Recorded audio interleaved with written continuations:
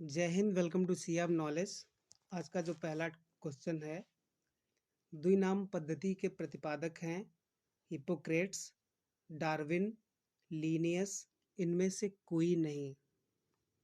द्विनाम पद्धति, इस क्वेश्चन का जो राइट आंसर होगा कैरोलस लीनियस। क्वेश्चन नंबर दूसरा, शरीर की सबसे बड़ी ग्रंथि है यकृत, अग्नाशय, थायराइड, लार। तो जो शरीर की जो सबसे बड़ी ग्रंथि है वो है ऑप्शन नंबर ए, यकृत। यदि थायराइड ग्रंथि के बारे में पूछा जाए तो जो शरीर की सबसे बड़ी अंतःस्रावी ग्रंथि थायराइड ग्रंथि को कहते हैं। क्वेश्चन नंबर तीसरा, निकट दृष्टि दोष या मायोपिया में किस लेंस का प्रयोग किया जाता है? ऑप्शन नंबर उत्तल लेंस, अवतल लेंस, सामान्य लेंस या कोई नहीं। निकट दृष्टि दोष को मायोपिया भी कहते हैं। इसमें जिस लेंस का प्रयोग किया जाता है वो अवतल लेंस। तो इस क्वेश्चन का जो राइट आंसर होगा वो अवतल लेंस होगा। उत्तल लेंस का प्रयोग दूर दृष्टि के लिए होता है, दूर दृष्टि। तो इस क्वेश्चन का जो राइट आंसर होगा वो अवतल लेंस होगा। क्वेश्चन नंबर 4, ताप बढ़ने पर द्रव्यमान गैस की विलेयता पर क्या प्रभाव पड़ता है? तो ताप बढ़ने पर घटेगा, बढ़ेगा, स्थिर रहेगा या इनमें से कोई नहीं। जैसे जैसे ताप बढ़ता है वैसे वैसे द्रव की विलेयता बढ़ेगी। तो इसका जो क्वेश्चन का जो राइट आंसर होगा आंसर नंबर बी। नेक्स्ट, मनुष्य में सूंघने की क्षमता को नियंत्रित करता है ऑप्टिकल पाली, घ्राणेंद्रिय पाली, सेरिब्रम, इनमें से कोई नहीं। तो मनुष्य में जो सूंघने की क्षमता को नियंत्रित करता है उसे बोलते हैं घ्राणेंद्रिय पाली। तो इस क्वेश्चन का जो राइट आंसर है वो B option is the right answer. ये जो ऑप्टिकल पाली होता है यह मनुष्य में देखने की क्षमता को नियंत्रित करता है। क्वेश्चन नंबर 6, भूमध्य सागर का प्रकाश स्तंभ किसे कहा जाता है? स्ट्राम्बोली, किलायू, किलीमंजारो या इनमें से कोई नहीं। तो भूमध्य सागर का जो प्रकाश स्तंभ है तो स्ट्राम्बोली को कहा जाता है। तो इस क्वेश्चन का जो राइट आंसर होगा option number A. Question number 7, जैव विविधता हॉटस्पॉट शब्द का प्रयोग सर्वप्रथम किसने किया? Norman Myers, Darwin, Haeckel, Tansley. तो जो बायोडायवर्सिटी हॉटस्पॉट शब्द का प्रयोग सर्वप्रथम नॉर्मन मायर्स ने किया था। तो इस क्वेश्चन का जो राइट आंसर होगा वो ऑप्शन नंबर ए। हैकेल ने इकोलॉजी शब्द के बारे में बताया और टांसले ने इकोसिस्टम के बारे में बताया था। क्वेश्चन नंबर 8, जैव विविधता का शब्द का प्रयोग सर्वप्रथम किसने किया? जीरोसेन, विल्सन, टांसले, कोई नहीं। तो जो बायोडायवर्सिटी शब्द का जो प्रयोग किया वो जीरोसेन ने किया। तो इस क्वेश्चन का जो राइट आंसर होगा ऑप्शन नंबर ए। विल्सन ने बायोडायवर्सिटी की संकल्पना के बारे में बताया था और एजी टांसले ने इकोसिस्टम के बारे में बताया। तो इस क्वेश्चन का जो राइट आंसर होगा वो जीरोसेन। क्वेश्चन नंबर 9, स्वस्थानीय संरक्षण का उदाहरण नहीं है? जैवमंडल आरक्षित क्षेत्र, राष्ट्रीय उद्यान, पौधशाला अभ्यारण्य। स्वस्थानीय संरक्षण का जो उदाहरण नहीं है, तो इस क्वेश्चन का जो राइट आंसर है वो पौधशाला, C is the right answer. Question number 10, Titan किस ग्रह का प्राकृतिक उपग्रह है? वरुण, बुध, शुक्र, शनि। तो जो टाइटन है, इस क्वेश्चन का जो राइट आंसर है वो डी। टाइटन शनि का एक नेचुरल सैटेलाइट है, जबकि बुध का कोई उपग्रह नहीं है, शुक्र का कोई उपग्रह नहीं है।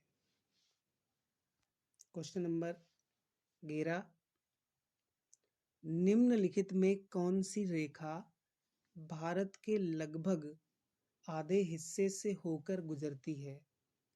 मकर रेखा, भूमध्य रेखा, कर्क रेखा, प्रमुख भूमध्य रेखा। तो कर्क रेखा भारत के बीचों बीच से गुजरती है। यह 8 राज्यों से होकर गुजरती है। कर्क रेखा भारत के 8 राज्यों से होकर गुजरती है। तो इस क्वेश्चन का जो राइट आंसर होगा option number C. Question number 12, अंतरराष्ट्रीय तिथि रेखा किस महासागर के बीच से होकर गुजरती है? तो option number A Arctic, option number B Atlantic, option number C प्रशांत, ऑप्शन नंबर डी हिंद। अंतरराष्ट्रीय तिथि रेखा जिसे इंटरनेशनल डेट लाइन बोलते हैं, और यह प्रशांत महासागर के बीच से होकर गुजरती है। तो इस क्वेश्चन का जो राइट आंसर होगा option number C. Next question की हम बात करते हैं, कौन से ग्रह को लाल ग्रह कहा जाता है?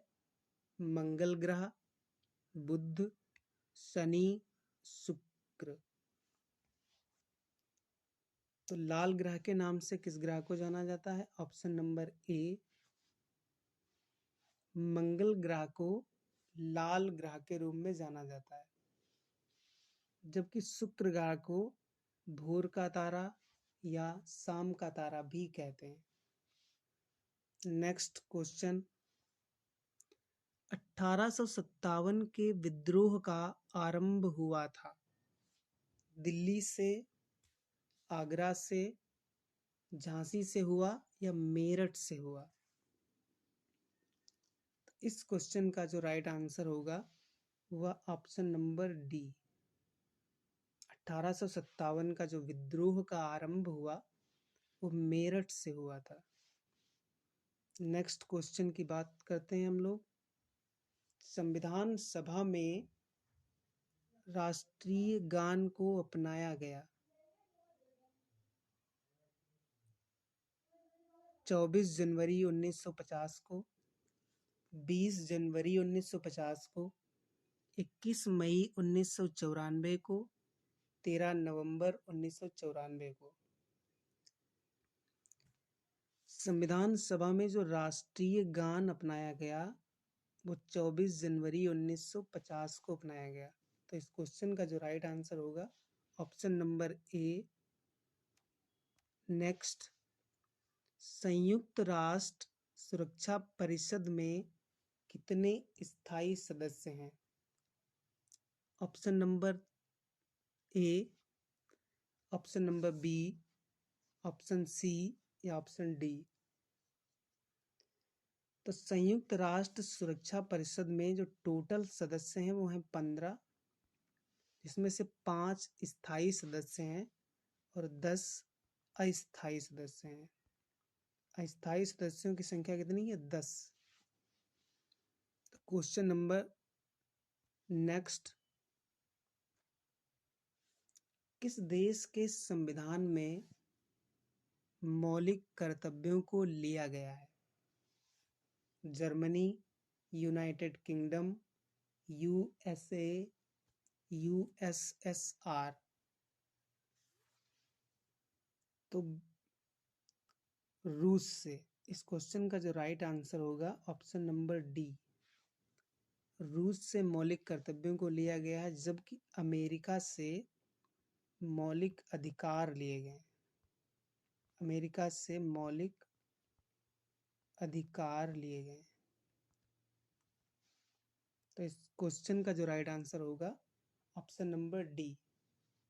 नेक्स्ट क्वेश्चन, भारतीय संविधान द्वारा उपलब्ध किए गए मूलभूत अधिकारों का मुख्य उद्देश्य क्या है? ऑप्शन नंबर ए, बच्चे का सर्वांगीण विकास, पुरुषों का सर्वांगीण विकास, महिला सशक्तिकरण, नागरिकों के व्यक्तित्व का सर्वांगीण विकास। तो भारतीय संविधान में जो मूलभूत अधिकार हैं उसका जो मुख्य उद्देश्य है वो नागरिकों के व्यक्तित्व का सर्वांगीण विकास। तो इस क्वेश्चन का जो राइट आंसर होगा option number D. Next question की बात करते हैं, राज्यसभा में होने वाली सभाओं की अध्यक्षता कौन करता है? उपराष्ट्रपति, राष्ट्रपति, प्रधानमंत्री या भारत के मुख्य न्यायाधीश? राज्यसभा में होने वाली सभाओं की जो अध्यक्षता करता है वो उपराष्ट्रपति करता है। ऑप्शन नंबर ए, उपराष्ट्रपति को राज्यसभा का पदेन सभापति कहते हैं और उपराष्ट्रपति ही राज्यसभा में होने वाली सभाओं की अध्यक्षता करता है। तो इस क्वेश्चन का जो राइट आंसर होगा ऑप्शन नंबर ए। नेक्स्ट, निम्न में से प्राचीनतम वेद कौन सा है? ऋग्वेद, यजुर्वेद, सामवेद, अथर्ववेद? तो समय की दृष्टि से जो सबसे प्राचीनतम वेद है वो ऋग्वेद है। तो इस क्वेश्चन का जो राइट आंसर होगा option number A. Question number 21, Konark मंदिर अवस्थित है? Option number A Rajasthan, option B Madhya Pradesh, option C Orissa, option D Tamil Nadu? तो कोणार्क का जो सूर्य मंदिर है वो उड़ीसा राज्य में स्थित है। तो इस क्वेश्चन का जो राइट आंसर होगा C is the right answer. Next, Vijay Stambh किसने बनवाया था? Option number A Maharana Kumbha ने, महाराणा सांगा ने, महाराणा प्रताप ने, महाराज जयसिंह ने? तो विजय स्तंभ को option number A is the right answer. Vijay Stambh को महाराणा कुंभा ने बनवाया था।